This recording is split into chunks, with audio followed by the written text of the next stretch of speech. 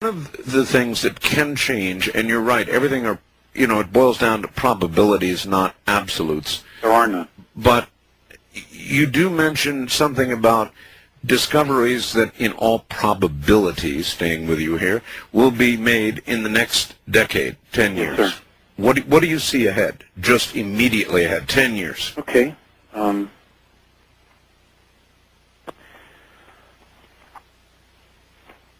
According to the Andromedans, these are the highest probabilities of things that are going to occur in the next 10 years. Now, I gave this information in 1994, and some of these things that I'm going to read have come about. For example, between June and October of 2003, there is a strong probability that we will wake up one morning and the moon will no longer be there. What? That our moon will no longer be there. That the moon is, in fact, an artificial satellite, and there are many bases on it. Boy, I've heard a lot of people say that. I know. I know. 2. Between 2003 and 2007, benevolent extraterrestrial races are going to be all around us. We will see them, but they will not interfere. They want to see how we will interact with each other without being manipulated. Mm-hmm. They want to see if we continue the same behavior because they do not want to come down here and compound the problem or babysit. 3. Between 2004 and 2007, all of our DNA coding, which involves racial memory of 22 different races that our DNA is composed of, will unlock.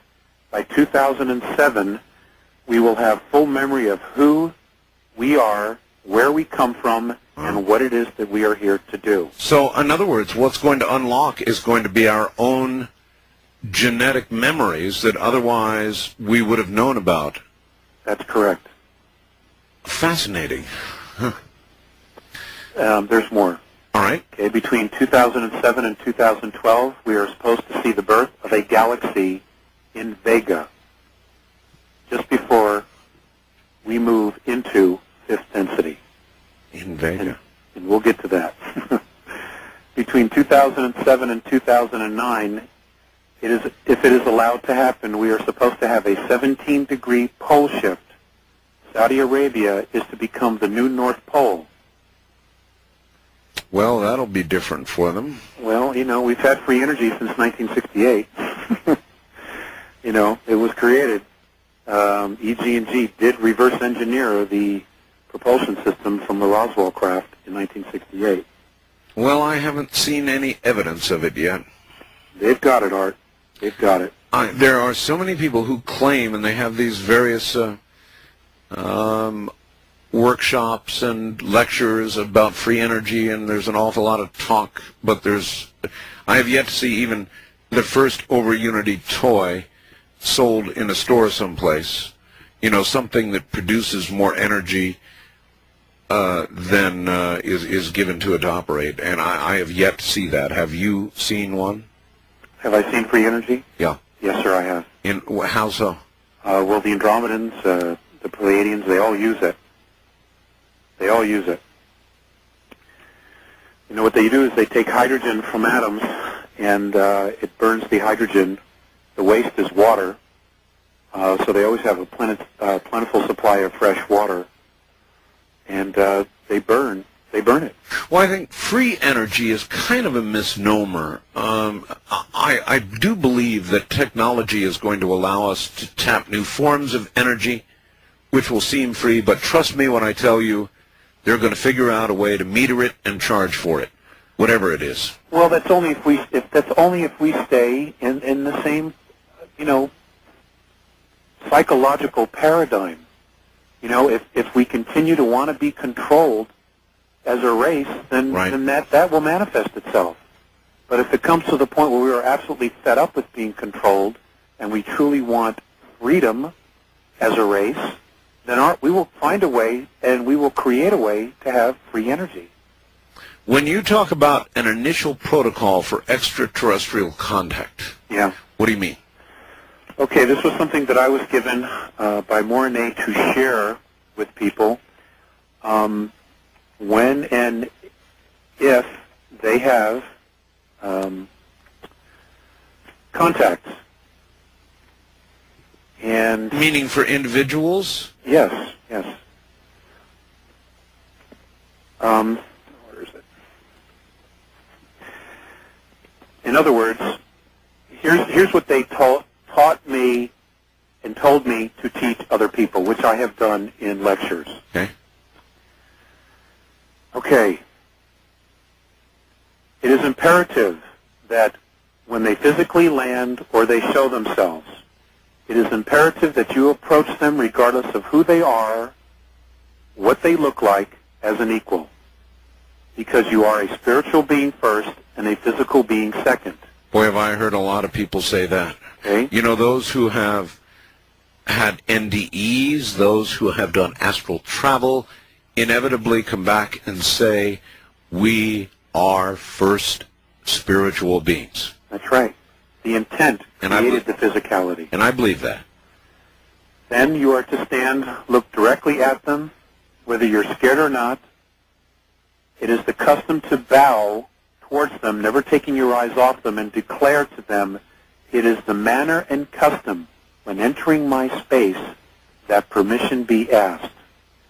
And apparently, no matter who they are, we are supposed to address them that way.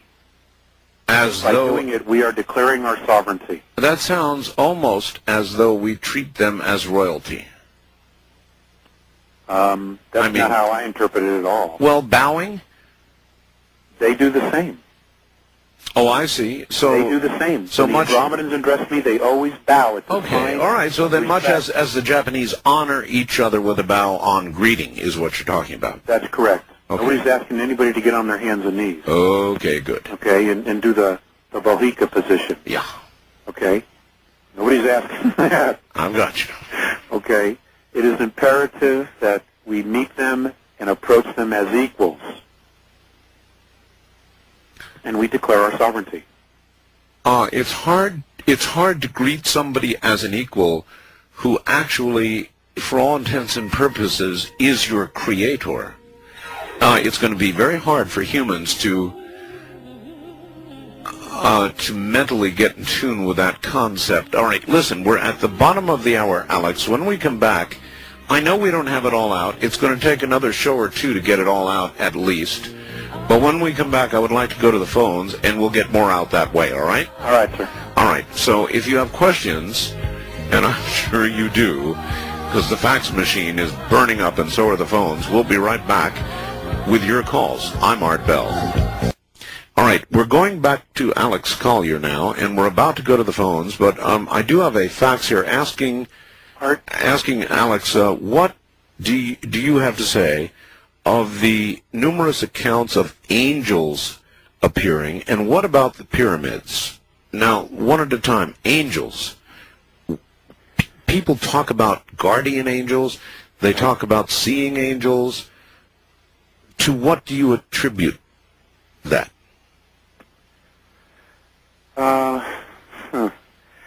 You know, there's life all around us, Art. Dimensional life all around us. There are times where people, either due to stress or extremes of emotions, actually trigger their pituitary and they are able to see dimensionally.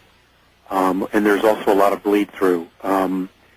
You know, you refer to the quickening, this frequency change that apparently started to occur on March 23rd of 1994 in our linear time, apparently is increasing the frequency of what we call third density. I'm told that by the year 2013, December 3rd is the highest probability of the year 2013. Third density, as we know it, is supposed to implode, and many of us will be evolving or graduating into a higher dimensional realm. And this is something that the universe herself is doing. And it's just happening. And apparently this is a process that the universe goes through.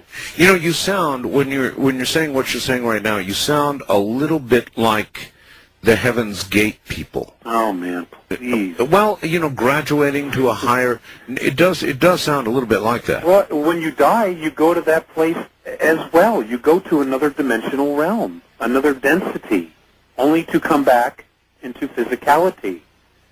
You do. I mean, look at Daniel. Reincarnation. Yes, Daniel went to that place and he came back